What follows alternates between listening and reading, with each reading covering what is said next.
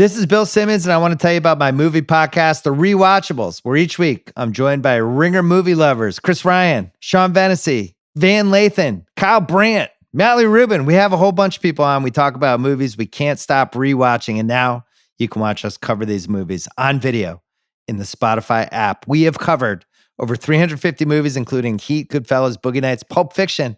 We have some real heavy hitters coming up here in 2025.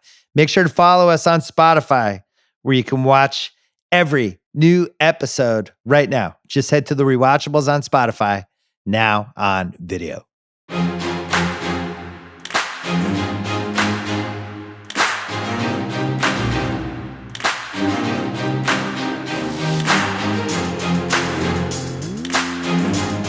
Welcome to the Ringer NFL show. Sheil, Kapadia here with Diante Lee and Steven Ruiz. The NFL never sleeps. Yes, it's March Madness week, and Ruiz has been plugging away. Check out his work on theringer.com, on One Shining Podcast. The guy, Ruiz, you're multi-talented, not just NFL. You could just jump right into a college hoop season.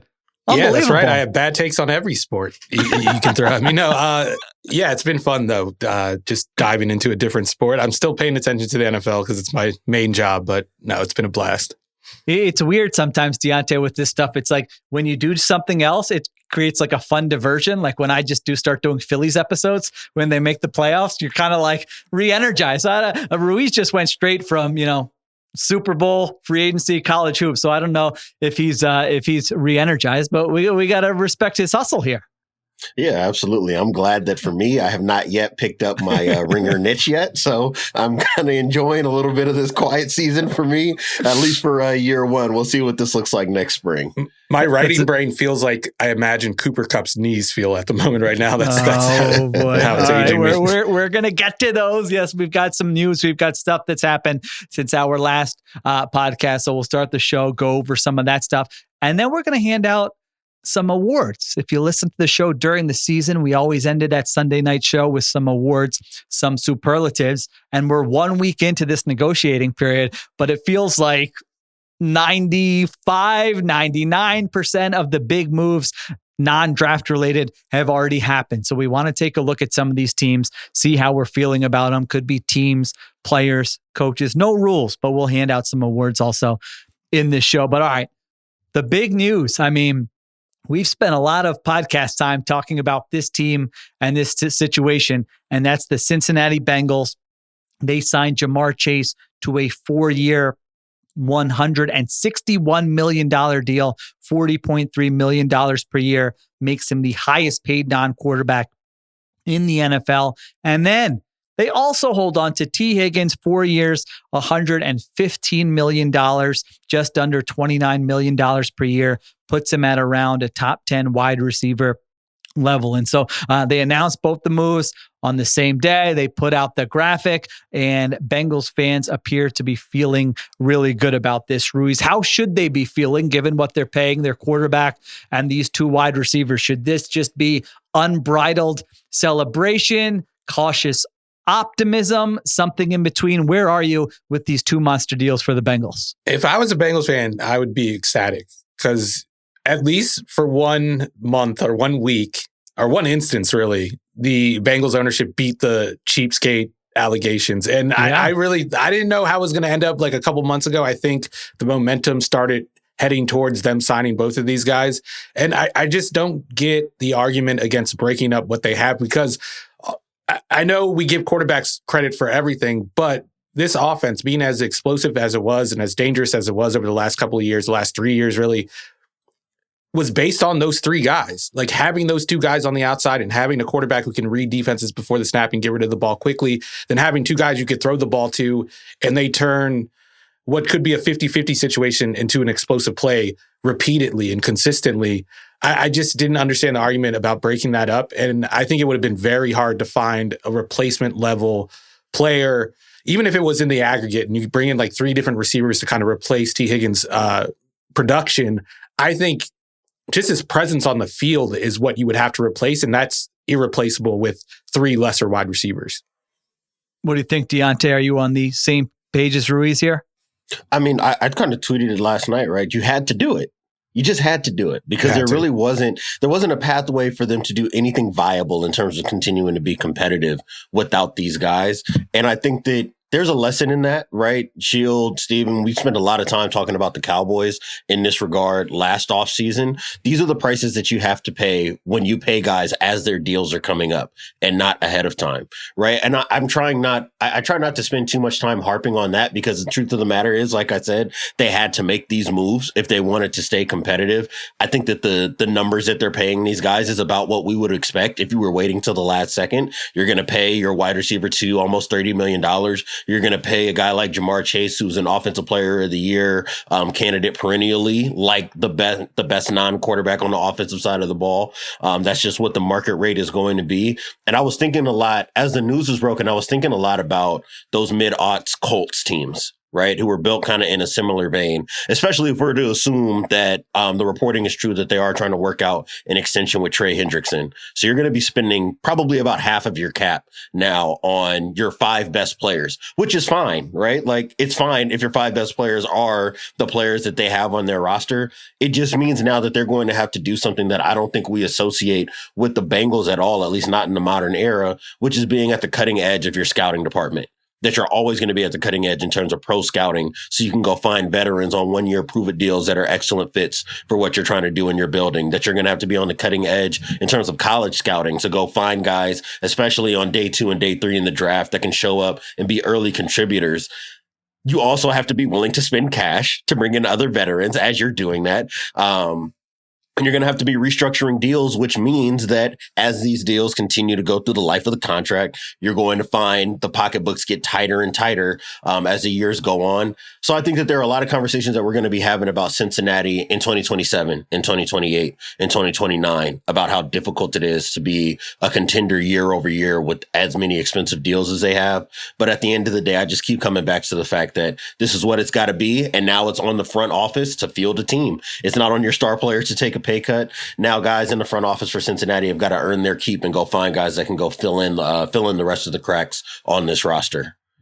Yeah, it's a good reminder. You have to make choices. It's not like this is 100% the way that we're going to win a Super Bowl, or plan B is I made the case, a few weeks ago that, hey, is there a case here that you trade T. Higgins if you can get good compensation for him? Is that a better way for team building? And I think there was a case to do that, but this is probably the best case, especially when you look at the age for these guys. Jamar Chase just turned 25.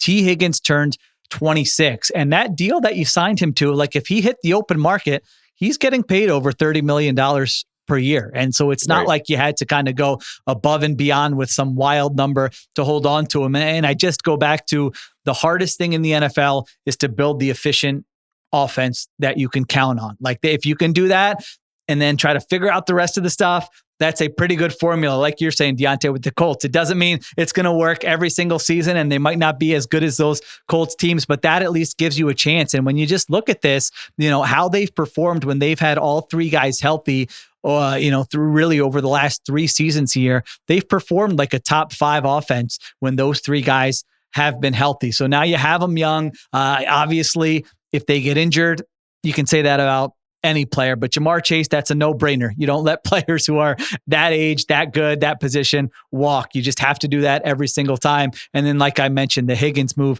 not bad for them. So I'm with Ruiz. Like if I'm a Bengals fan, I'm celebrating right now. It's like everybody talked about how your team is cheap and it's not going to pay these guys. And by the way, their messaging with this Higgins stuff for 2 straight years was basically like, we can't do that. Like, don't even bring it up as an option that we're going to pay him. So it wasn't coming out of nowhere. It wasn't a media creation. And then this is the other thing that's interesting to me. Your quarterback kind of just put the pressure on, went like LeBron mode and is like, this is what we should do. Wait, you have a microphone? What outlet are you from? Yeah, here's what we should do. The Eagles do it. We should pay these guys. We need these guys. And I don't know how you can look at this any other way than to say that got to management, that got to ownership, that had an influence. And when we talk about leadership, there's different ways to lead. It's a pretty good way to lead, is to be like, and now it could backfire eventually if you're making terrible personnel moves as Joe Burrow's like, we should trade for so-and-so. There's a limit to it. But in terms of guys who are already there, who are in your locker room, who are your teammates and you're putting pressure publicly to tell management, we need to pay these guys. They're really important. If you're like a teammate, I feel like you have to feel pretty awesome about that your quarterback went out of his way to do that. And the perception thing matters, especially when you're one of these teams who's kind of on the precipice of Super Bowl contention and you are going to have to start pinching pennies. Like, you need some veterans that want to buy in and try to win a ring and maybe take a pay cut. And I think if you get rid of Higgins, whatever momentum you built last year, it was kind of weird. Like everyone was talking about the Bengals like they were like some contender because they went on that hot stretch to end the season. You can just say me. Higgins, you don't have to say everyone. Yeah, I know. I was trying to spare you. Trying to be nicer in the offseason. But if you don't pay Higgins, I think we kind of look at them differently. We maybe look at them as a declining team, and then we realize, oh, wait, they missed the playoffs last year with Joe Burrow having a career year for him and Jamar Chase doing what he did. And we probably rethink about their future. Now, I think there's optimism around that. And I think maybe you could still bring in some cheaper vets who will take a pay cut to play with these guys. And the other thing is these receivers and the quarterback, they're force multipliers. I get the idea of putting all your chips in one basket with the passing game, but the way they run quick game, that can be a replacement for the run game. So you don't necessarily need an offensive line that's going to bulldoze defensive fronts. You have a quarterback who gets rid of the ball quicker than anybody in the NFL right now and does it well. So you don't necessarily need this offensive line that's going to protect you for 4 seconds in the pocket. And I think holding that together is an easier thing to do than filling in those gaps, like building a great offensive line is very hard to do. The Bengals have been trying to do it before they made these signings, and it just didn't work at all. To me, I want to bring up the Colts again. To me, if there's an argument to make, it's that they haven't found the number 3 yet.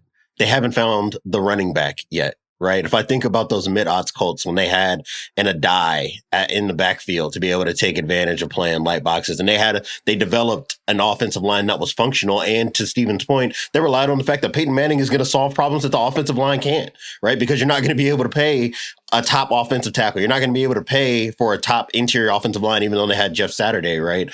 You don't have a Dallas Clark on this team. So to me, if there's anything, you almost got to think like the Suns. Right. And when the second apron gets introduced, and the mentality there was, we're going to bring in Kevin Durant. We're going to pay everybody max contracts. We're going to blow past all conventional wisdom with, kind of overpowering our team. And if it blows up in our face, it blows up in our face. But we're going to try to make this offense as close to unstoppable as possible. And this was a step in that direction. And if anything now, I think that they need to just go seek out the last couple of pieces that can really compete and that can really complete that skill position group. The offensive line thing is just going to be dart throws, right? That's just the truth of the matter. And based on the kind of team that they are, you're not going to be drafting early enough to go get the prodigal offensive tackle anyways, right? You're not going to be drafting high enough to go get the prodigal edge rusher anyways. It's going to be a lot of dart throws, a lot of dice rolls. And I think that, to me, the only reason why I have any hangups is just the fact that we've seen them try to build this defense on the cheap and with more youth. And it looked like the way it's looked for the last 2 seasons. And it's just hard to envision them turning a corner in that regard, even though they did change, their play caller on that side of the ball, bringing in Matt Golden or Al Golden, to call defensive plays now. I just need to see a little bit more from the front office before I'm bought in. And again, I just want to emphasize that my stance on that has absolutely nothing to do with Joe Burrow getting paid, T. Higgins getting paid, or Jamar Chase getting paid. You do what you're supposed to do with those guys. I just don't trust the organization right now. I feel like we've also jumped the shark on the available cap space thing. When you have cap space, it's not usually a good sign, actually. It's usually a bad sign. You don't want to go the other way with it and be Mickey Loomis and be kicking the can down the road for a decade. But that means you have good players and you paid your good players and you kept them and they're good enough to pay long term and you can feel confident about it. And I feel confident about both these wide receivers. I think Jamar Chase, we don't even really need to explain it. But T. Higgins, I've seen people kind of balk at the fact that he's being paid like a top 10 receiver. He is a top 10 receiver. I know he's number 2 on the depth chart, but he's a number 1 most other places. And I just think you have a quarterback and an offense that's going to get a lot of juice out of that squeeze too. Yeah, well, value is relative, right? Not to cut you off, your value is relative. I know you were talking about this on Philly Special with Cliff, right? Milton Williams going out and getting paid $25 million a year is just as much an effect of how good he's been, how he's developed, as hitting free agency at the right time, being valuable as valuable as you are to a team like the Patriots who need an interior defensive lineman who can generate pass rush value. You can quibble about what you feel about T. Higgins. What you can't do is argue how valuable he is relative to what Cincinnati does. So if you as a GM would not spend $28-29 million on T. Higgins, that says nothing about what it would be like if Joe Burrow were your quarterback, if you had a struggling offensive line, and you've seen how productive T. Higgins has been when he's healthy. That to me is all worth it. There's really no argument that these guys should not have been paid what they're paid right now. You also get like a baseline for contention, and I feel like as long as these guys are healthy and available, you're above that baseline, and then elevating yourself from competitive to championship contender comes down to filling in the gaps. Like Diante's talking, the front office needs to do some good scouting. All 5 of those scouts in Cincinnati need to do some good scouting. Exactly. Stop watching the SEC games and actually get into the rest of the rest of college football. And here's the thing: if whether they sign those guys or not, if the scouting department whiffs and they have a bunch of bad drafts like they kind of had the last couple of years, it wouldn't have mattered anyway, and you weren't winning anything anyway. I think you have a much better chance of just getting to the tournament, getting to the postseason if you have these guys on the roster, and from there. Like, things happen. Like in 2021, the Bengals weren't the best team in the AFC. They were a lopsided, unbalanced team that relied on explosive plays, and they made it to the Super Bowl and nearly won it. If Aaron Donald doesn't make that sack, maybe they throw it deep to Chase and he scores a game-winning touchdown. So I think you could take a lesson from that 2021 team that wasn't built perfectly, and the money wasn't split evenly, and it was kind of a flawed roster, and you made up for it with these 3 tentpole players on your offense. Yeah, it's so big when it's a player. This is why you pay your own players more so than paying outside free agents, because there's no projection for how's T. Higgins going to fit. How's he going to get along with Jamar Chase? What's his chemistry going to be like with Joe Burrow? It's like, no, you've been seeing that. And it seems like, to his credit, he's, you could flip this. The franchise tag it's a discussion on its own, but he could have really been a pain for them over the last couple of years. And there's a case that I would advise if it were my friend, no, go be a pain because it's going to get you more. But if I'm the organization, I'm like, man, this guy just showed up and kept playing. And, he said he wanted to be here. And eventually we got something done. So all those kind of mystery factors that when you bring in a new player, you're not sure about, they don't have those here. So now it's pour the resources into the defense and the offensive line. And where does it get you? If you have a top 5 offense and the 20th best defense, which would be a jump for them, that puts you in contention for a Super Bowl next year. It sounds crazy to say. So they've got 6 draft picks here, 17, 49, 81, and then 3 day 3 picks here. And that was the thing when Burrow said the thing about Eagles did it. It's like Eagles also had their best draft in 20 years. So if you can just get Quinyon Mitchell and Cooper DeJean, if you can get that at 17 and 49, now we're talking about a really, you can't count on it, but those are the types of swings where, they can really make a difference. Yeah, but at the same time, the Eagles poured all those resources into their quarterback and receivers and barely used the passing game. And it still didn't really hurt. This is the opposite. Yeah. The Bengals will use their passing game. They definitely will. We know that from what we've seen. So they have to. Good day. Yeah, good day in Cincinnati. If you're a Bengals fan, you got to be excited about this. All right, other little piece of news we can get to here quickly. Derek Stingley, the corner market. I think we just have to get used to the cap is very high. There's a lot of money. The teams are not going to give the money back or decrease, what they ask for in a TV deal or ticket prices. The money has to go somewhere. Do you want the owners to get it or do you want the players to get it? So you just got to get used to some of these higher salaries. Derek Stingley gets 3 years, $90 million with a big guarantee.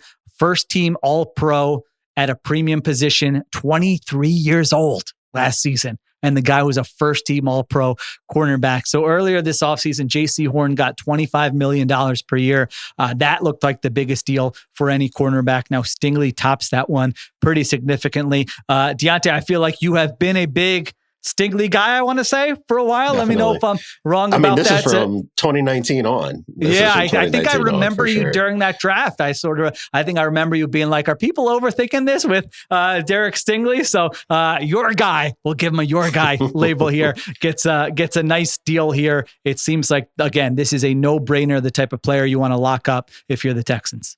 No-brainer. First fully healthy season, and he looks like he's maybe a half stride behind Patrick Surtain II for best cornerback in the league.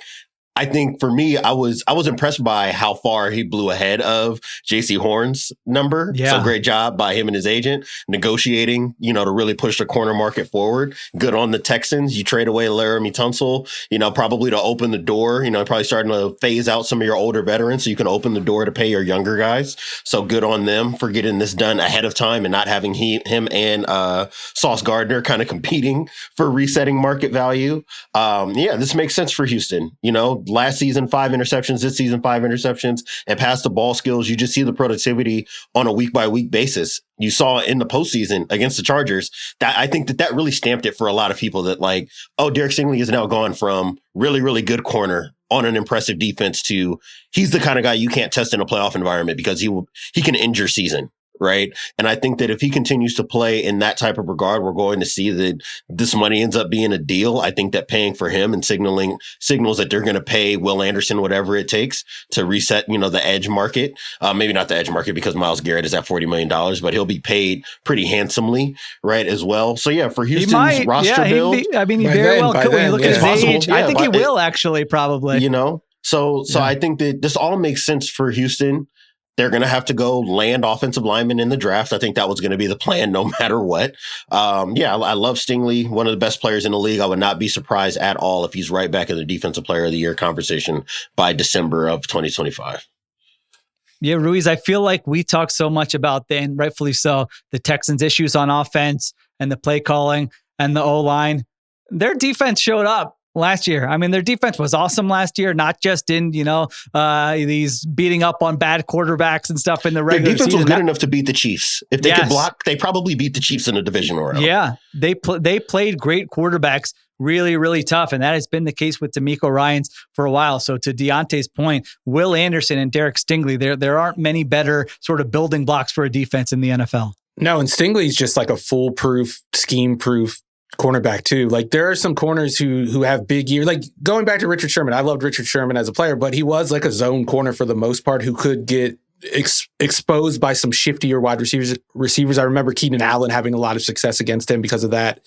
But Stingley really isn't that. He locks up in man coverage. He's a playmaker in zone. When he has zone eyes and can look at the quarterback, you're just not worried about him at all. He's like a set it and forget it guy on the defense. And that has to be such a luxury for DeMeco Ryans when he's putting together a game plan. He could just be like, all right, Stingley's got that side of the field and let's just worry about everybody else, the other 10 players.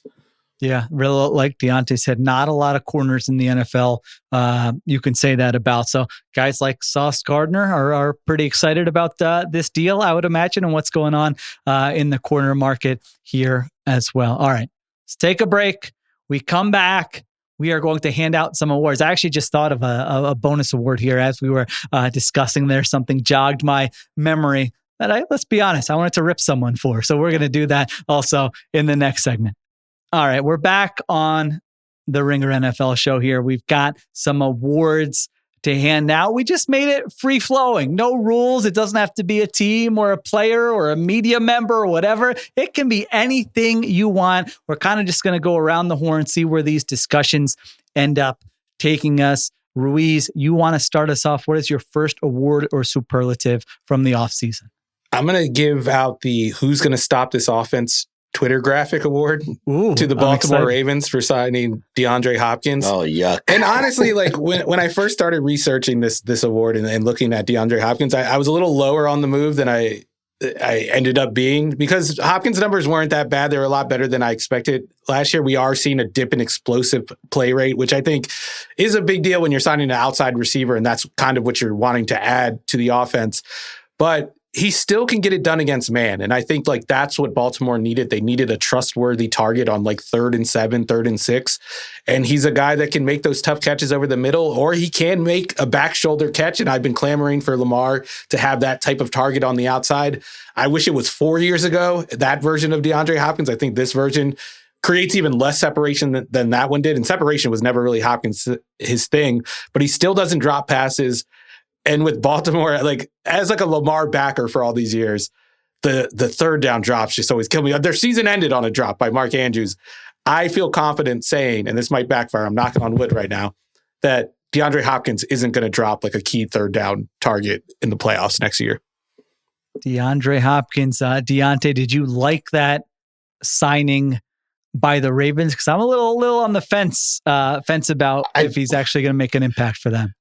Do I like the signing? It's almost a tricky question to answer. I will say it wasn't a lot of money. Yeah, exactly. $6 million, not a lot of money. Yeah. And for the first time, I think maybe in Lamar Jackson's career as a starting quarterback for the Ravens, this kind of wide receiver graveyard signing that they're making, they don't actually have to rely on him to be much of anything within this offense. This is not like when you were bringing in Odell Beckham. This is not like, this is not like bringing in some of the other veteran receivers that they've brought in over Lamar Jackson's time. And this just dates back for a while with the Ravens. They like bringing in veteran receivers and seeing if they have 1 or 2 more years of productivity left in their legs. I think that this offense is pretty well built to insulate themselves against someone like Hopkins not proving himself to be a dependable wide receiver 3.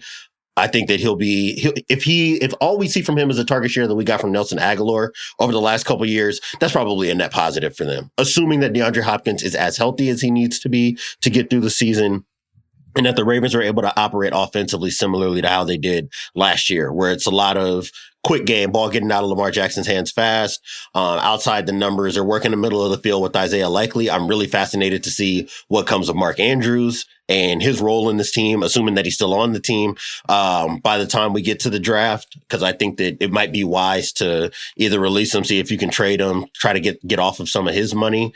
And I think that this is fine. I don't think we're going to be having many conversations about the value of DeAndre Hopkins to the Ravens offense by the time the season comes around. He's just going to be there to take up targets if Zay Flowers is having one of his dropsies games, if Rashad Bateman can't get open deep downfield. I think that that's just another safe option to have underneath, and that'll probably be fine for them in this passing game. Yeah, that's why I wanted to give this particular award, the who's going to stop this offense, because you could make a pretty sweet graphic with the Ravens offense and be like, whoa, look at all these guys, but I just don't think DeAndre Hopkins is going to be that guy, even if he does fill the role that Baltimore envisions for him in the offense.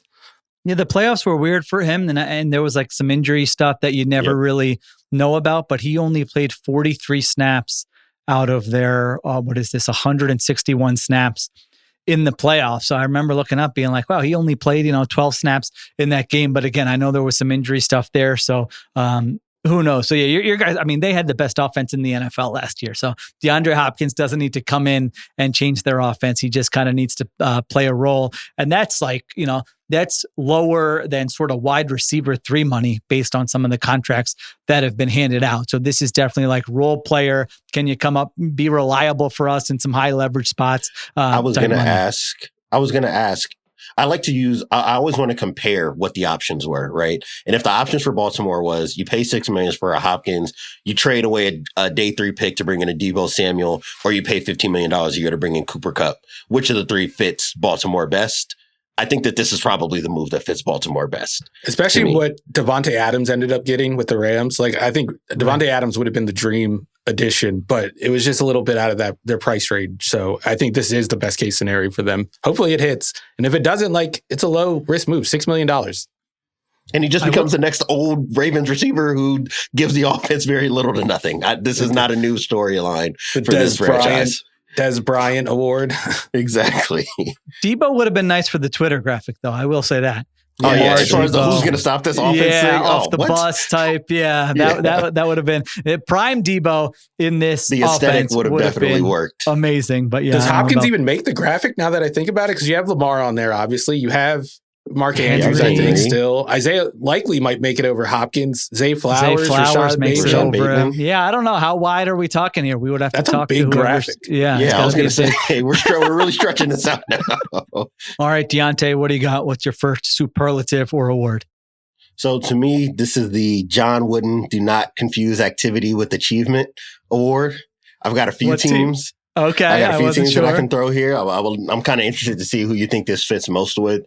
I've got the Chargers here. I think maybe the best move of their cluster might be signing Mekhi Becton to your $10 million per year deal, just because they definitely had a need on the interior line. But you look at, bringing in Dante Jackson, some of the other vets that they've brought in. And I think there's an argument for taking the slow build approach with this roster while you try to figure out exactly how much spending you want to do around Justin Herbert's contract. I just don't want Chargers fans to see the social media stuff where they're posting clips of guys making 1 or 2 plays and thinking like, oh, Jim Harbaugh is going to get Pro Bowl level play out of all these guys. I don't know if that's going to be the case. I've got the Cowboys here. who made a couple of trades to bring in Kenneth Murray, who has had a lot of problems everywhere he's been with dependability on a snap-to-snap basis. You bring in Kyer Elam, who Buffalo was basically only excited to have on their roster the day that they drafted him. It was like a week. It was like a week. Yeah, and then quickly got beat out by Benford and some of their other young corners in the rotation. And I've got Kansas City here as well. We talked about what they've done with their offensive line. I think that they made some moves that make sense. You keep Nick Bolton. I think they're bringing in Elijah Mitchell as just like another potential kind of receiving option out of the backfield. Might help them out a little bit. But I look at those three teams and I'm like, yeah, they've made some moves. I think they have definitely patched over a couple of holes. But when we talk about trying to set ceilings for each of these teams, I don't know if they've been made any higher than what they would have been before these moves were made. And that might be unfair in Kansas City's case because they were just in the Super Bowl and we kind of expect them to be competing to be in the AFC Championship game no matter what happens with that roster. I just don't know if much was accomplished for any of these teams over the last couple of weeks. I feel like the Chiefs probably deserve the award the most just because they're the closest to being a championship contender. I feel like the Chargers are just doing like a modest build, like you said, like a slow build. They're trying to recover from Tom Telesco. That's actually what my next superlative is like the Tom Telesco is really gone award. And I think that's signified by Mike Williams coming back to the Chargers for only $6 million a year after he would have had been tagged to come back. And Tom Telesco would have definitely tagged him and definitely given him a big money deal. Instead, they have him for $6 million because that's what Telesco would do. He would hold on to the pieces that he drafted, the guys that worked out, the draft picks that worked out, and pay them too much money to the team's detriment. And I think the way they're building this roster up is a much smarter build. It's just taken a long time, but it's taken a long time because of where the cap situation was last offseason. So I kind of appreciate their slow build. The Chiefs, it just feels like you're seeing their roster just get a little bit worse, and they're trying to fill those holes, like bringing in Christian Fulton to kind of play cornerback when you've lost some man corners over the last couple of years. Like, sure, in theory, that's a decent replacement, but on paper, he's just not as good as those past corners they've had. So they're just getting a little bit worse at the things that they used to do well. Like even I'm forgetting his name now, the safety, Justin Reed, going to New Orleans. Like, I thought that was a big loss for them, and I don't know how they're going to replace him. We'll see how it works out. Yeah, I know we talk a lot about the Chiefs. And again, everything with the Chiefs, you got to give the disclaimer. They could be in the Super Bowl next year, even if they don't make a draft pick. They could line up this exact team, and they could still be there. Having said that, I would feel a little underwhelmed, maybe a lot underwhelmed if I were a Chiefs fan. Just a little uneasy, right? Just a little uneasy. I mean, when Ruiz said their roster got a little bit worse, I'm like, that we could probably have said that for 3 years in a row now. And again, it sounds stupid. They've been to the Super Bowl for 3 straight seasons, but I mean, their signing of Jalen Moore, that's still, I know we talked about it on a previous show. It's one of the most interesting signings of the offseason to just be like, we see something in this guy no one else sees, that Kyle Shanahan didn't see. He hasn't played, and we're giving him $15 million a year to be our left tackle. And then your activity point is a good one. Diante trading Joe Thuney. I mean, I don't remember anybody talking about that as even a possibility after they lose the Super Bowl. So you trade him. You're not really adding to the pass catchers. You're hoping Xavier Worthy stays healthy. You bring back Marquise Brown. You lose Justin Reed on the defense. I just don't know exactly where it puts them. I feel like I need to see what happens in the draft, and maybe I'll feel differently about them afterwards. But yeah, they do feel like a team where it's like, I don't know, sense of urgency or what. It feels like if I were a Chiefs fan, I would just want my team to be like so aggressive to add a piece that I know is going to make an impact. Whatever you have to do with cash, whatever you have to do with the cap, whatever you have to do with restructures, let's go win as many Super Bowls as we can over the next 5 years. And I don't care where that leaves us down the line. And I don't know that maybe they feel like they're operating in a smarter way, but I would feel some frustration about that. I feel like if I were a Chiefs fan. They're going to go 15-2 anyway. It doesn't matter. Yeah, They're going to look like morons in a couple months anyway. So they are. Well, to me, what's the worst potential outcome to me from all these moves this offseason is they go through the season, even if they are a playoff team, even if they make a deep run in the playoffs again, but they drag their feet on Trey Smith. And then you're looking at like, Joe Thuney's gone. You took a chance on Jalen Moore. He's got to hit. Even at $15 million a year, which is not backbreaking, you're bringing him in to play a position that is of dire need for you. So if he doesn't work out, and if you're not able to land on a long-term extension for Smith, as Creed Humphrey's next deal is approaching, and they've got to figure out what they're going to do with this defense. Chris Jones is approaching, is going to end up on the wrong side of 30. There's just a lot that's up in the air that you need to have resolved soon, so that way we're not looking at them play out the middle of Patrick Mahomes' long-term extension and feeling like they did not have as much to show for it as they could have if the roster construction was handled a little bit better. I need to do a deep dive on the Chiefs. Where is their money going? Because I feel like I always see they don't have a lot of flexibility. And then I'm like, who are the great players that they are paying right now? Patrick Mahomes, Chris Jones, I guess Trey Smith has the cap hold. Trent McDuffie's not on that deal yet. Right. It's just that's not a lot of players to be paying huge amounts of money to have that roster. So yes, maybe that's a story for a later episode this offseason. Because I was thinking that recently. I don't know, how can they be so restrained or when they don't have all of these roster spots locked up to big money. All right, mine kind of jumps on what Diante said. This is You're Becoming Your Father or Mother award goes to the New England Patriots. Now, let me try to bring this one home. Let's see if anyone understands where I'm coming from here. You're growing up a lot of times. You look at mom or dad or whoever, they do stuff you find amusing. Maybe if you have siblings, you kind of have some laughs about it. I was thinking about this prepping for the pod. We once went to Legoland. Now, my dad was a grandparent at this time. Well, we go to Legoland, middle of the day, guy just finds a bench.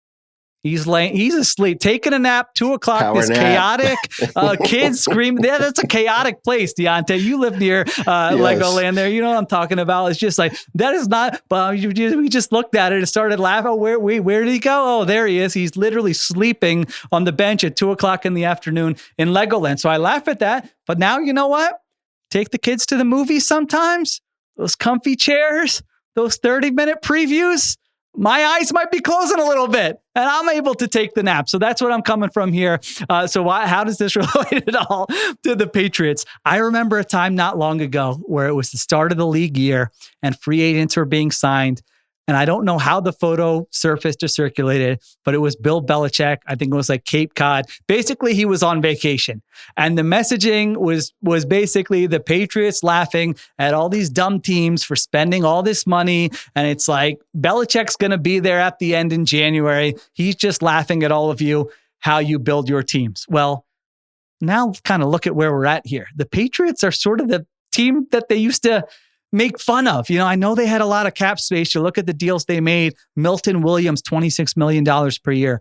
Carlton Davis, $18 million per year. Harold Landry, $14.5 million per year. Robert Spillane, $12.5 million per year. It goes to kind of what Ruiz was talking about, that when you have all that cap space, you have all that cap space for a reason. And usually you're overpaying the level of player that you're actually getting. And so I feel like Patriots fans are pretty excited because they spent all this money, and I'm not sure they're at the place that they might think they are when you look at how they spent this money. I mean, you look at some of the receivers they tried to reportedly go after. Chris Godwin, I think Adam Schefter reported, turned down a big raise to stay in Tampa versus going to New England. I think there was some reports that they were in on DK Metcalf. That didn't happen. And so now the offensive players they've added to surround Drake May, who I think we all like Drake May. I was very pleasantly surprised by Drake May last year.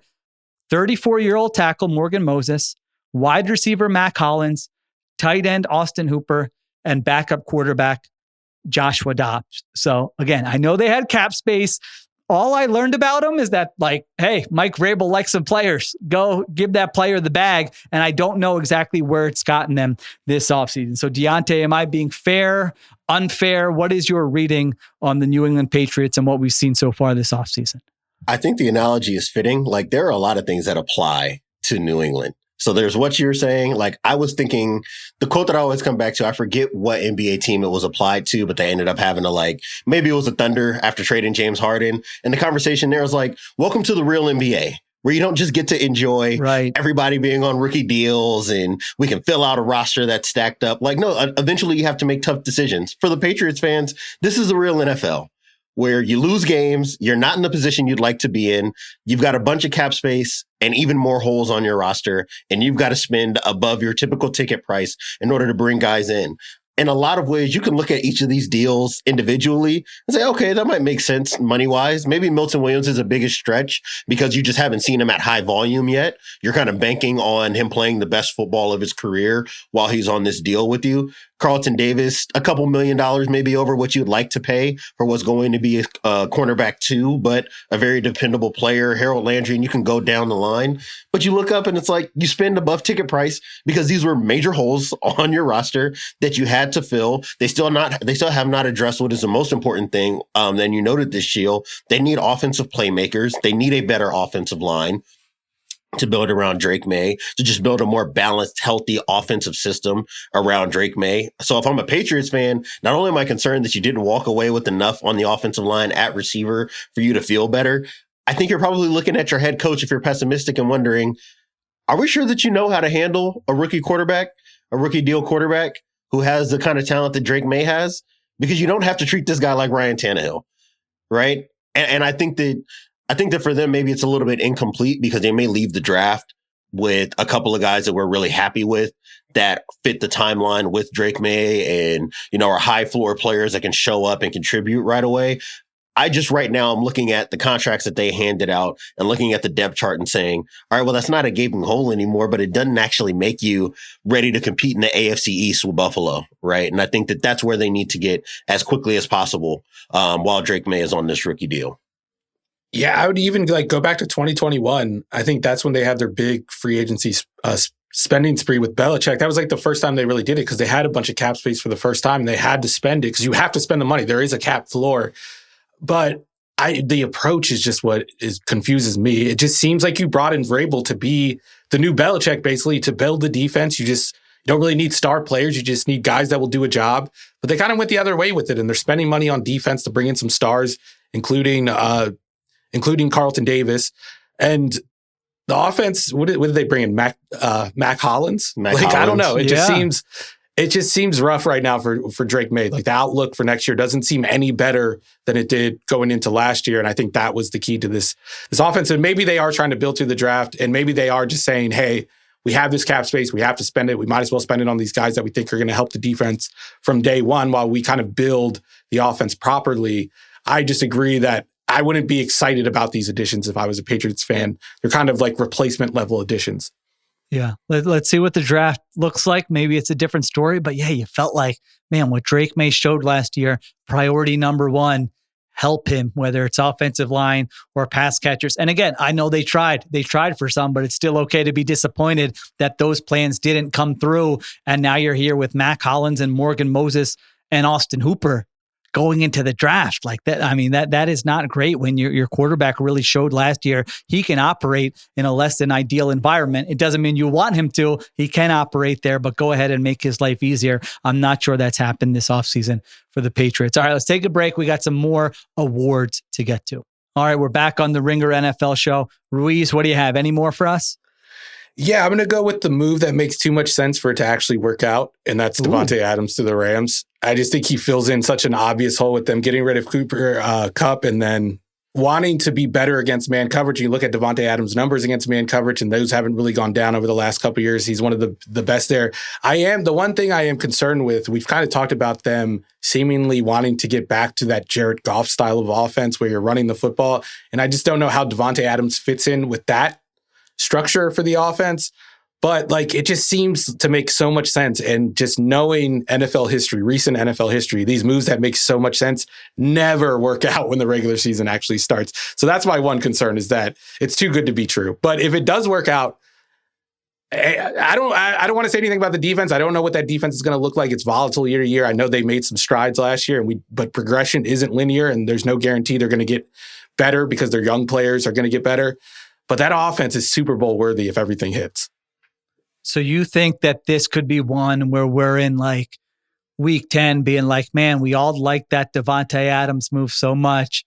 But I'm trying to figure out what the but would be. Diante, is that he shows decline. I mean, injury is always, that's going to always be a possibility, but I'm kind of with you. I mean, I was trying to think about the NFC West earlier today, the NFC as a whole. And man, to have a nice pass rush, and it's a bunch of young players. So it's not like, hey, these guys are going to decline. You're right. It's not linear, but it's a bunch of young pass rushers, an offensive mind and quarterback combination that you would trust pretty much as any in the NFL. And then Puka Nacua and Davante Adams at wide receiver. And you still have the draft. I would be pretty excited, Diante, if I'm a Rams fan, right? It might not work out, but you have to kind of like where you're at. I think that you're fine with where you're at. I think that you're probably where you need to be, considering the fact that your quarterback's 37 years old. But I also think that on the other side of that are the concerns with our ex receiver is 32 and our starting quarterback is 37. Yeah, that's true. And it's entirely possible you get to mid-October and not necessarily that they're hurt, because injury looms for everybody, especially as you advance in age. So I don't want to hang up the conversation with injury risk. The issue to me is, what happens if you get to Halloween and Matthew Stafford is the 11th best quarterback instead of playing like a top 5 to 8 quarterback? What happens if Davante Adams is in the 20s in terms of how you're ranking receivers and not a top 15 receiver? It depresses your ceiling so much. And now you are having a conversation about, is Byron Young as an edge rusher still looking as good as he has in the first 2 years of his career? Did Jared Verse take another step forward? Does he look like a Will Anderson, where it's like, okay, by the end of your rookie deal, you're going to be a defensive player of the year type of candidate, right? Is Braden Fisk still producing? Is Kobe Turner still producing? There's just, to me, I think you can just easily identify with Los Angeles all the different stress points that exist on the roster, because it's not perfectly aligned timeline wise in terms of where everybody is at with their trajectory and their career.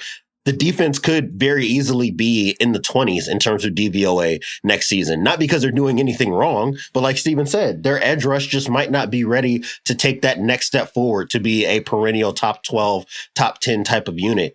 The offensive line had its issues last season, and they're going to need guys to be healthy. They need Steve Avila to be the player that they thought he was going to be in year 2 of his career as an interior lineman. They're definitely banking on that. They need Alaric Jackson to stay healthy. They need Rob Havenstein to have another good year in him as he approaches his mid-30s. There are just a lot of different stress points, and this roster is not really built for any of those guys to take a step back, to be hurt and miss time, for them to have any issues with continuity and playing at their best.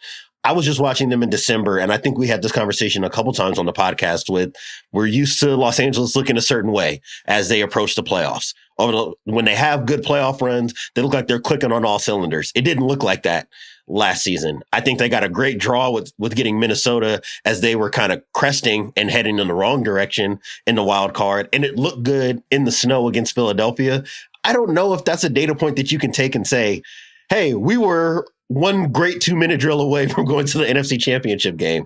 That was best case scenario. I don't know if they're going to get best case scenario, but I do think that they're still in position to be able to win the NFC West. And to me, with the quarterback at Matthew Stafford's age at this stage in his career, that's got to be all you can hope for, and just hope you get a good draw like you did to open up the playoffs last season. I do think switching out Kupp for Adams makes it a little more realistic that you are going to get the best case scenario. With Kupp, It wasn't like, is he going to get injured? It's like, when is he going to get injured? When is it going to happen? For how long? Right.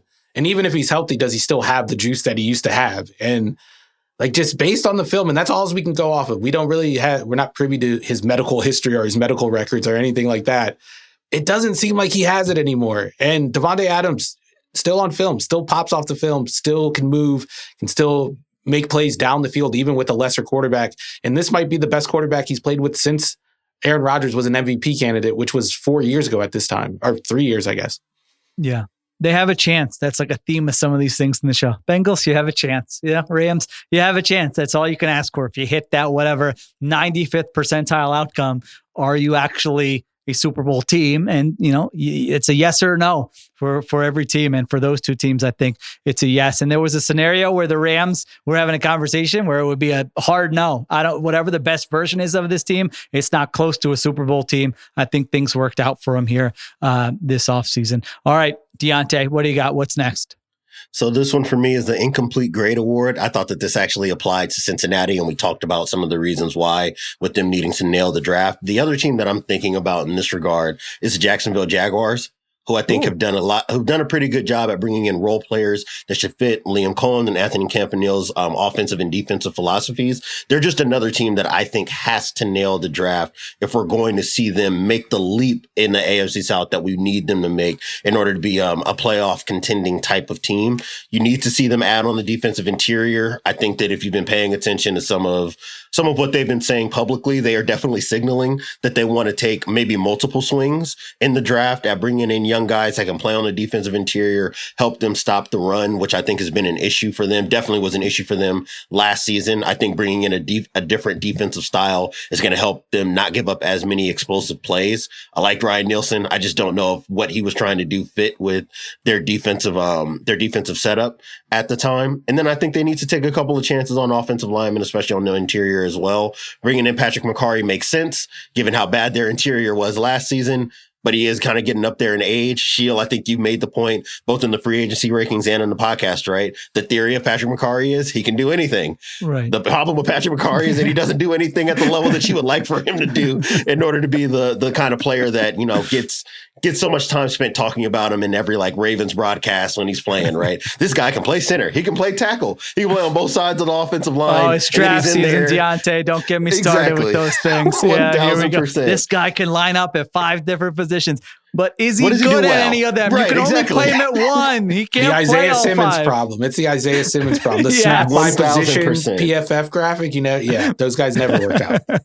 And I want to say that they've done a lot of things that make sense. Bringing in Diame Brown as a potential Z receiver guy you can move around makes sense with building around Brian Thomas Jr. if he's the kind of player that we saw him to be as a rookie, if he continues to produce at that level. I do think that they'll be a little bit better in the backfield with Travis Etienne and Tank Bigsby under Liam Cohen because we've seen those body types, those style of running do really well in Tampa Bay with him last season. So there's a lot that I think we can end up leaving April feeling like, hey, Houston should be looking over their shoulder a little bit in the division because Jacksonville has enough pieces to compete. I just need to see how the draft turns out for them. What a hilarious team. I'll admit, I just had to look up to remind myself what the general manager's name was. I'm like, I can picture this guy. His face was all over my Twitter timeline at the combine. Very young looking. James Gladstone is his name. I mean, what an offseason. First of all, by name and by visual aesthetic, he 1000% looks like you went into Langley and said, who was the most FBI agent looking guy that actually wants to be part of a football operation? That is exactly what that guy looks like. The haircut, the look, the age, all of it. I'm like, this is a side. This feels like a football psyop for me. Yeah. They made this guy in a lab to be a general manager. I mean, it's hilarious going from we're keeping bulky. Wait, we can't hire anyone. We're not keeping bulky. Liam Cohen to get him. You got to have him ghost his former team. The Bucks are telling everyone he's not answering our text messages. You hire him. You give him all this control, all this money. Then you go to the combine. No one knows who your GM is. Then you hire this guy. Just a hilarious franchise, the Jacksonville Jaguars. But to your point, who knows? Maybe it'll work out for him. Liam Cohen did a good job with the Bucks last year as well. But yeah, I don't think I've gotten past the comedy to get to the individual moves. So that was a nice recap, a nice reminder for me. All right, I've got the Old Takes Exposed Award. This is the take I have that I'm most nervous about. We're going to get to week 13 next year. And I'm going to be like, oh man, I'm just getting crushed for this. And for me, I feel like it's the same one that I would have got crushed for going into last season. And it has to do with Sam Darnold. This time it has to do with the Seattle Seahawks. I mean, I didn't believe in them last year. I thought the Vikings not going to work out. They're 14-3, chance to be the number 1 seed going into week 18. Well, guess what? I'm ready to be hurt again with the Seahawks. I want to make it clear. I understand the plan. I just don't like the plan, and I don't think the plan is going to work out. And I don't know how closely you guys have been kind of following some of the coverage in the week since, but there's sort of this interesting back and forth about, wait, what did the Seahawks actually offer Geno Smith? What were their intentions going into the offseason? I think John Schneider and the Seahawks are saying, we made a competitive offer. They never even countered the offer. And it feels like Geno's camp is saying, no, you knew what the offer was and you made an offer that was well below that. And you've had time for this. Why would we make a counter? We just wanted to be done with it and go somewhere else. And then there's like DK Metcalf stuff where the Seahawks are saying, no, we wanted to keep both these guys. This is from the Athletics' Michael Sean Dugar. He wrote, Metcalf's trade request did not come as a surprise to Schneider, who had been in talks with him about personal problems. I thought we could fix it, handle it, whatever it was, Schneider said. At the end of the day, it was a no, and he wanted to be traded. So we pivoted and moved forward. We want guys who want to be here. We want guys who believe in what we're doing. You'd have to ask him for specifics. For one reason or another, he just wanted to move on and get a fresh start. It's just weird stuff's happening. And I wonder if some of this is like, I was thinking about this earlier today. Is this just the byproduct of when you follow Pete Carroll with someone else and every player loves Pete Carroll and it's this great environment that even if Mike Macdonald is a likable guy, that players go from one thing to the other and are like, no, this isn't how it was.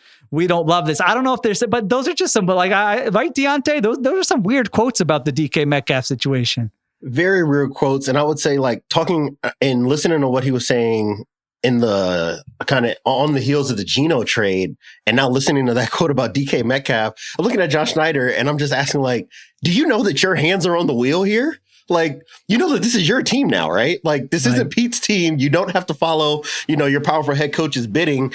But it's almost, to me, he talks almost as though there's still a little bit of distance between him and the ultimate decisions that are being made, and talking about the negotiation for the trades and how you want to be careful about what it is that you're asking for and what you're getting in return. What you mentioned about DK and his trade request, and talking about Geno Smith and the contract, the contract situation with them. I'm wondering, like, do you really have the juice that I thought you might have had? I was always under the impression that Schneider and Carroll were working in concert until the very end. And maybe because of the Russell Wilson situation and maybe how Pete Carroll wanted to try to build the defense and the offensive line and things like that, that they might have just had a bit of some minor deviations that ultimately led them to needing to part ways. This to me feels like John Schneider was just a passenger this entire time and hasn't yet figured out exactly what he wants to do in terms of building up this franchise. And that to me, if I were a Seahawks fan, would be of the ultimate concern now, because this team now is very quickly going to find themselves in a situation where Sam Darnold has to be the best that he can be. Another team that has to nail the draft, because now you've lost talent, some very necessary talent on offense. You're not going to be able to bank on Cooper Kupp being available for 15 games, let alone an entire 17-game season. And they were close to being a playoff team last year. I don't know where this team is. I do not envision them this offseason ending up in this kind of weird NFL purgatory. And it's very easy to me for me to look up and say Mike Macdonald's tenure as a head coach might end up being wasted here because they haven't given him the ingredients that he needs to be contending. And that we might have to put John Schneider under the microscope a little bit as a franchise decision maker. You do worry that there's like some false confidence built up in John Schneider over the last decade plus, just because of some of the moves that have worked out that are, I wouldn't say lucky, but they are kind of lucky. Like, you get Russell Wilson in the third round. It's kind of lucky you find a franchise quarterback. You move on from him when everyone thought it was a dumb move and thought you should pay him and thought you got the raw end of the trade. And then it ends up working out as well as anyone could have predicted. And then the cornerback group, like the Legion of Boom, you draft all these guys on day 3 except for Earl Thomas, and they happen to work out. And then you're like, oh, if we just draft big corners, we can do this again. And then guess what happened? It didn't work out. And I think they're in danger of kind of figuring that out over the next couple of years. At least John Schneider, that part of it. Mike Macdonald, like I'm still very high on him as a coach, but I do think there is something there to what you said, Sheil. Like you go from Pete Carroll to Mike Macdonald. It's like a totally different style of coaching. It's a 180-degree turn. And I think you got to revisit John Schneider's tenure as GM, and maybe he hasn't earned as much trust as you would think as him being just such a long tenured GM right now. To me, Stephen, I think you kind of hinted at it. We talked about this with Indianapolis. Messaging and posturing is everything. Like, perception is very much reality to me in off seasons with the NFL. And if moving on from Pete Carroll, if it wasn't just, oh, we're taking the basketball hoop out, when Mike Macdonald comes in, and that's going to be the way that we, turn the culture thing over from Pete to Mike. If that was really that big, if that loomed that large in the building, that's not enough. John Schneider needed to be out front and center and say, this is my team now. We are going to wash this franchise of the last 15 years of what it was under Pete Carroll, and we're going to start totally anew. And that might have meant that Geno Smith, who's clearly was Pete's guy, is going to be out of the building last offseason. We're going to take our medicine in year one and see what we can build from there. To me, I'm starting to see what feels like a bunch of half measures in this regard. And half measures just don't get rewarded in this league, especially for a team that was not ready to be a Super Bowl contender, regardless of what happened this offseason. But taking half measures, I think, has ended up landing them multiple steps behind where they could have been by this time had they kept Geno, figured out the contract, kept DK Metcalf, or traded him in a way where if you have Geno and then you trade DK, we're probably having a different conversation in that regard as well, because at least you've got a quarterback that people believe in for at least the next year or two. I just don't know if I don't know if I've seen anything, and I don't know if we will see anything this offseason that's going to hint towards Seattle having any idea of how to make a quick roster pivot under John Schneider and Mike McDonald. I have the solution. And Sheil, you're free to steal this, and you could do like a little bit with the wig and the consultation firm type thing. I'm excited. Change the uniforms. Go back to the royal blue and green uniforms. Maybe modernize them a bit, just to separate yourself from the '90s team. But you got to get rid of that era of the Seahawks, which is defined by those uniforms and how they looked. You move on a little bit, like the Patriots kind of did with their uniforms once Tom Brady left. That obviously didn't really work out in their favor, but I think Seattle has some better pieces to work with. Yeah, I mean, they it's go better uniforms to go back to. Honestly, they should just go back to the uniforms They're anyway. Easily the best uniforms. Beautiful uniforms. There's no doubt about that. The Largents all over the stadium there in that beautiful blue. But yeah, I mean, just on the field, they go from Geno Smith, DK Metcalf, and Ryan Grubb to Sam Darnold, Cooper Kupp, and Clint Kubiak. I know they get the draft pick, and I know they're saving money, but we're just talking about, hey, if they had to play a game on Sunday, and I just don't know exactly, where that gets you. If you're this, and the stuff about, that they're them saying that, no, we wanted Geno Smith and DK Metcalf, but the hint is that they wanted to be somewhere else. That's a little weird to me. I don't know. I know money's a factor and all that, but that's a little weird to me because for so long, that's just been a place where players wanted to go and wanted to play. And the players who were there were like staunch advocates that you're going to love it here in the environment and stuff. So they got a lot of work to do. But yeah, I mean, that is one of my strongest stances of the offseason is that for a team I was bullish on going into last year. And I'm with you. I like Mike McDonald, heard great things about him, did a good job with that defense last year. I have real questions about this Seahawks team going into 2025. So maybe I'll be proven wrong again. I was proven wrong when, that Geno Smith year, when his first year as a starter, I didn't think they were going to be good, and they were good then. I didn't think the Vikings were going to be good with Sam Darnold last year. So maybe this is a combination of all those things, and I'm going to look stupid once again. All right, Ruiz, do you have any more for us?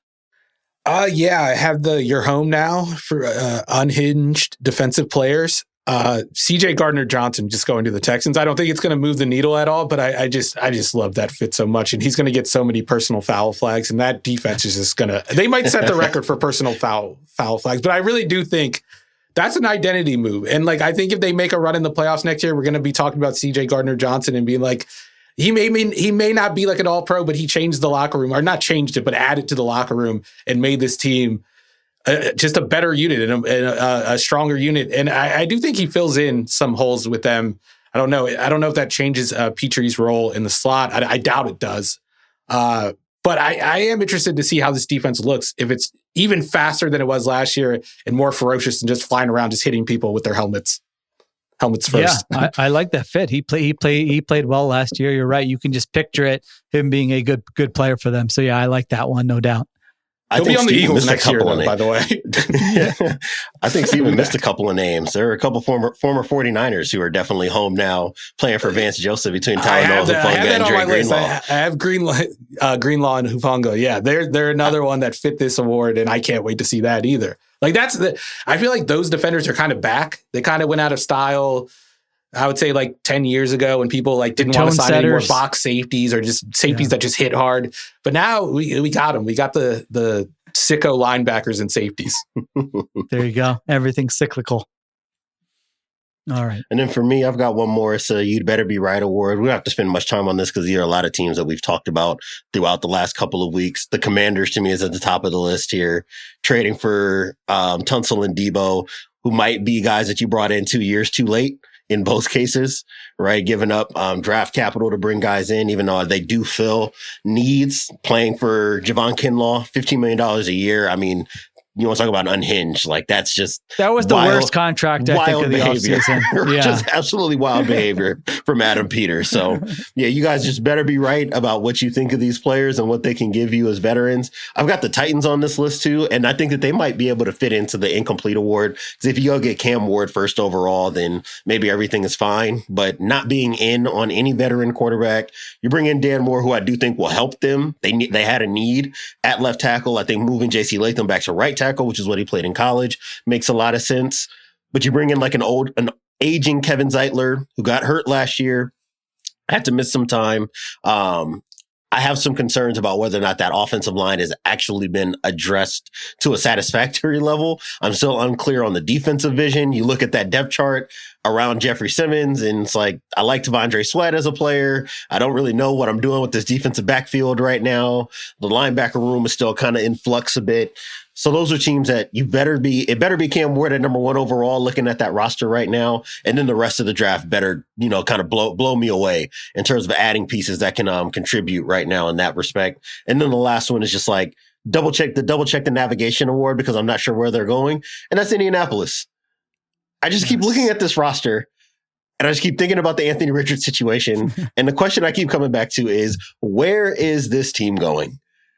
What is a positive outcome here? I wanted to kind of posit this. I'll say one positive outcome. Gus Bradley is gone. No more Gus Bradley. That's the positive outcome. Big Lou is in. At least you got a defensive coordinator that will call different coverages now. Very true. Very true. I think even with I got Lou, nothing else though. I got nothing else. Yeah, even with Lou, I look at Lou Anarumo, who is somebody I like as a play caller, but I just think, like, was he just a Jesse Bates turnovers in high leverage games merchant? How dare you? I don't know what the sample size outside of that one playoff run is just not very friendly. He came up with the idea to rush 3 against Patrick Mahomes. No, I'm joking. That probably didn't really matter that much. Mahomes, if Mahomes doesn't melt down, I probably don't even have a nickname for Big Lou. I look at Indianapolis, and it's like, again, a lot of pieces that make sense. Their tackles are fine. Obviously, having Jonathan Taylor is fine. Their wide receiver room is underwhelming, but if you just go name by name, it's like, okay, that's fine, right? Yeah. Especially when all their guys are healthy. You look at the defensive depth chart, and it's a lot of guys who can contribute and have contributed in this league for a while. But all this just comes back to how they've handled the Anthony Richardson development. I just don't have any trust in that, and I just have so many concerns that if he has any kind of game where that brings us to this podcast talking about how many issues he's had with accuracy or decision making or whatever the case may be, that Jim Irsay is going to come down and say, I gave $15 million to Daniel Jones, so that way I didn't have to look at this anymore. And play Daniel Jones, and if you don't win with Daniel Jones, everybody's fired. And maybe that's just what needs to happen. That's the saddest statement I've ever heard in my life. I paid $15 million for Daniel Jones, and I want to see him. Just going back to the Titans thing, if it's not Cam Ward, like, I think you're right about this. Like, what is Brian Callahan doing? Like, this is your chance to be a head coach. This is year 2. The first year was a disaster, like, in terms of results. And then you on the sideline yelling at your quarterback and doing all that. We were ahead of the curve on that on this show. We really were. Like, what's this guy's deal? If it's not, like, I'm totally with you. I don't know why they didn't go after a veteran quarterback. Even if you do bring in Cam Ward, that's a precarious situation for a coach who I think has to have a good year this year. Yeah, maybe we should do a stuck in mud episode, just like these teams were like, what are you doing? Have a plan. The plan might not work, but some of you, it's just like, well, yeah, the Titans, the Colts, this is the year you're going to pay these free agents when you're, Charvarius Ward and Cam Bynum. Like, you've had other teams that were way more competitive, and you're just sitting out any opportunity to participate in free agency. So yeah, those are good ones for sure. All right, I've got a couple quick ones here to end. The We Are the New Jets award goes to the New York Giants. Now, this isn't necessarily a defense of the New York Jets, but it is on my radar. I've mentioned it before, how the Jets get made fun of too much over the Giants for those two teams in the city. This was a tweet that came across my timeline earlier today. Free agent QB Jameis Winston is scheduled to visit the Giants on Tuesday, per sources. While the New York Brain Trust waits for Aaron Rodgers' decision, it's continuing to visit with alternatives: Joe Flacco, Russell Wilson, and now Winston, the former number 1 overall pick. So that is where you're at with the Giants quarterback plan in an offseason where the GM's trying to save his job. They also signed Javon Holland to a contract, which I thought was a good contract, but then you put it together with the fact that they had Xavier McKinney in the building, drafted him, developed him. They let him walk in free agency last year. He plays great for the Packers. And now a year later, you're out there signing a free agent to a very similar contract. Darius Slayton has been on your team, it feels like, for 25 years. And every trade deadline, every time he's a free agent, you have no use for him. And now this offseason, you're paying him $12 million per year. You thought, all right, this is going to be our best option. You had to say you ended offseason Hard Knocks, which was great football content. But because you were so embarrassed, now we don't get to watch that this offseason because of the Saquon thing last year. And then I feel like we still forget about the Daniel Jones contract extension that this regime signed. I feel like it's sort of what you're talking about with Schneider, Diante, where they're like, whoever did that, that put us in a bad spot. No, that was you. That was you who did that. So for people who are trying to save their jobs, this is a sad attempt to try to save your job where the Giants are right now. And I've mentioned this before, but last 10 years, the Jaguars have the fewest wins in the NFL at 55. 31st, is the Jets at 56. Right 30th are the New York Giants at 57. So we just if the Jets can make up a game here, Jets fans, you can overtake the Giants and you can get on my bandwagon and be like, all right, we have a lot of our own issues. Everyone's making the brick jokes and Madden and all that, but don't forget about those guys. They also don't know what they're doing. So that was the purpose of that award. There you go. It feels like they're trying to win season 2 of off-season Hard Knocks with these moves, and it's not going to work. They seem like a showrunner who's desperate to keep it one more season. If we've turned it around this season, we'll be back. You guys did ruin the show. It's pretty funny that they ruined the show. Yeah, there you go. And my last one. This is for if you are a young, enterprising content creator who wants to get in the NFL space. I have an idea for you. This is what you do when you get older. You start handing out jobs to, I don't want to do this, but it would be a good idea. I need someone to track the initial contract reporting for some of these free agent signings and then go to overthecap.com and compare it to what the player actually signed for. And let's shame these agents and maybe insiders. I want your guys' input on that. Do we shame the agents and the insiders or just the agents? And we'll have a little spreadsheet, be like, how the insiders will quote the agents in their tweets. Now we can be like, watch out, so-and-so from Athletes First. I don't know if it's Athletes First. Don't get mad at me, but you know what I'm saying? Last year, they reported this. So the most bloated contract I found this offseason was Byron Murphy Jr. that was initially reported at $22 million per year, and it ended up being $18 million per year. So over the course of a 3-year deal, you are $12 million off with the initial reporting details. Listen, $1 million, all right. I understand you got a job to do.